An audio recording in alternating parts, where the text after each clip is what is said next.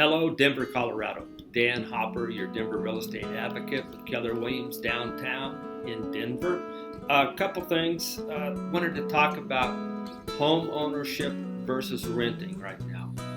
And I promise to try to go through this quickly as far as what are the highlights and a little bit of details on some of it, so this doesn't become a long, drawn-out process.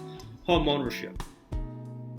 Do yourself, put down, create a T-bar like I did, and for like home ownership, say what are the pros and what are the cons, and write them down. Number one pro, it's pride of ownership. That's probably the biggest and most important thing. The other thing is you have to treat that home ownership as if it's a savings account.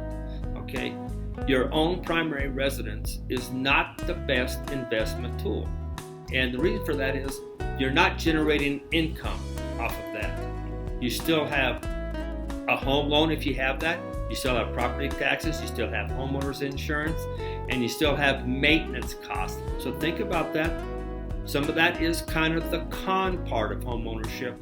Even if you're a cash buyer, you still have the taxes, the insurance to pay, and the maintenance upkeep. So keep that in mind. Think of it as a savings account. For my savings account to grow with compound interest, and compound interest is a fantastic thing, is I have to continue putting money into it every month. Why? Because I want it to grow faster and higher. So you always got to put money back into your house to maintain what money you've already sunk into it so that it does feel like an investment. First house I sold in 1986, sold it for $80,000. That same house today would sell for $325,000. But stop and think, that's a lot of years. That's over 30 years. So it takes time. And if I sold that same house 5 years ago, I might have got maybe $210,000, $215,000 out of it. So you can see $100,000 was made over the last 5 years. So it's timing. Now, let's talk about renting. Renting, you're paying a landlord who owns an investment property. His property makes money, so that is a true investment property, and you're helping him make it grow because you're feeding him money. And in today's environment in Colorado, oh my word, you are paying more than a home loan on the same property. Let that sink in. Your rent is more than home ownership. So now it becomes a pro for the home ownership. People talk about money down. Listen, you still got to put maybe up the first month's rent, the last month's rent for your rental, plus a higher rental payment per month. And with home ownership, you could probably get into a down payment assistance, because you figure it is as cheap as interest rates are today. For every $10,000 you put down, it might save you about $45, $48 a month, maybe $50.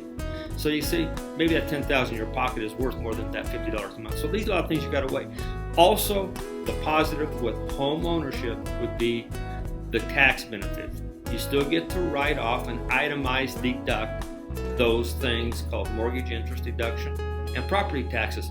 But we're saying that may be a minor thing considering what the standard deductions are coming into. It depends how the tax things get adjusted, but that's another favorable thing. But again, it's your home.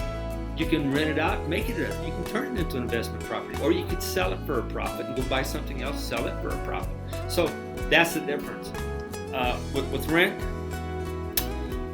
you're limited. One positive thing about rentals, and we're seeing this with a lot of the young millennials today, they're not bonded. In other words, they're nomad. They can travel, they can move around whenever they want to, and they don't have to worry about being stuck at that one property because I own it.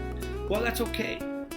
Think of owning it, and if you still want to go be a nomad and go rent it, but go ahead and generate income off of that property, turning that one into an investment property. So you see, we will always still promote home ownership as the better deal, but it's okay to rent.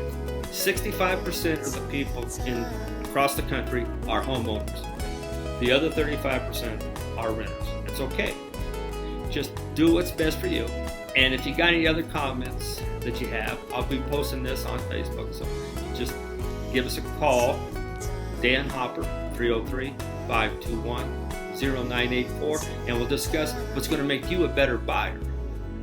and all the things you need to do to make that happen. But those are really the highlights. Those are the most important things. And anyway, have a great day. Check my website out, danhopper.com. And there's a real estate blog on there. There's tons of information across that horizontal menu bar, and we'd like to hear from you. Make it a great day.